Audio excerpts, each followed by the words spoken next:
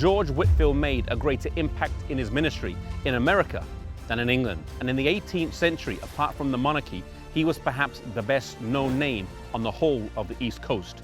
Virtually every man, woman, and child had heard the great itinerant preach at least once.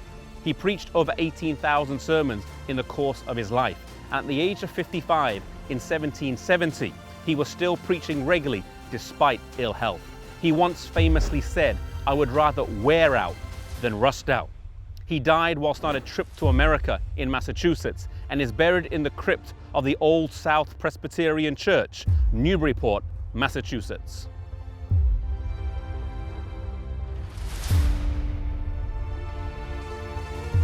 John Wesley, on the other hand, chose to stay here in England, and through the course of his long ministry, he would have a huge impact here.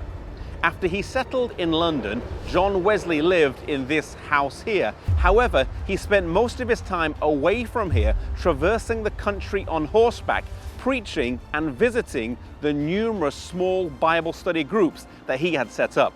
Through the course of his life, it is estimated that he traveled over 240,000 miles on horseback, often reading as he rode so as not to waste time.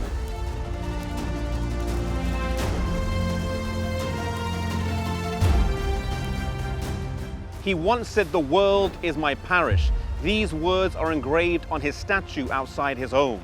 He explained this by saying that wherever he was in the world, it was his duty to witness and minister there. Prayer was an integral part of John Wesley's life, and he wanted a special place to pray, so he had an extension built on the back of his house. You can see it today around the back, protruding out the back. You know, sometimes today, those of us who own houses, we sometimes will build a bigger kitchen, a bigger living area, or a bigger garage if we have some money. And yet Wesley took the time and money that he had to build a special place dedicated for prayer. This room is sometimes called the engine room of Methodism, and you can visit it today and pray there where John Wesley used to pray every day.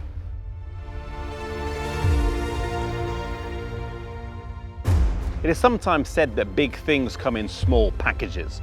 John Wesley was only 5'3" or 161 centimeters, yet he was a giant of a man. He never intended to start his own denomination, and yet the movement that started as just a collective of small Bible study groups mushroomed into its own denomination. He died on the 2nd of March, 1791, and as he lay dying with his friends surrounded him, he grasped their hands and said repeatedly, "Farewell, farewell."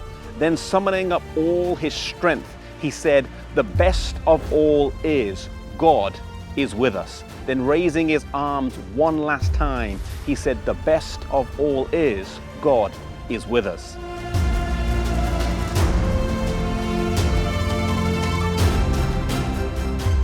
To Wesley, it was granted to arouse the church in England from a state of stagnation and backsliding.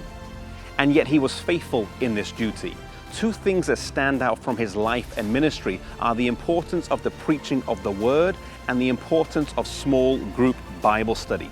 These two methods, I believe, divinely ordained, if done today, will cause the same revival in our lives and ministry that they caused back then. Wherever you are, whether it's preaching the word in your home church or in your home area, or whether it's doing small group Bible study in your family or in your home or in your workplace or amongst your friends, be faithful in doing these things, for that we can have the same revival that Wesley had several hundred years ago, and God can use those methods again today in our lives.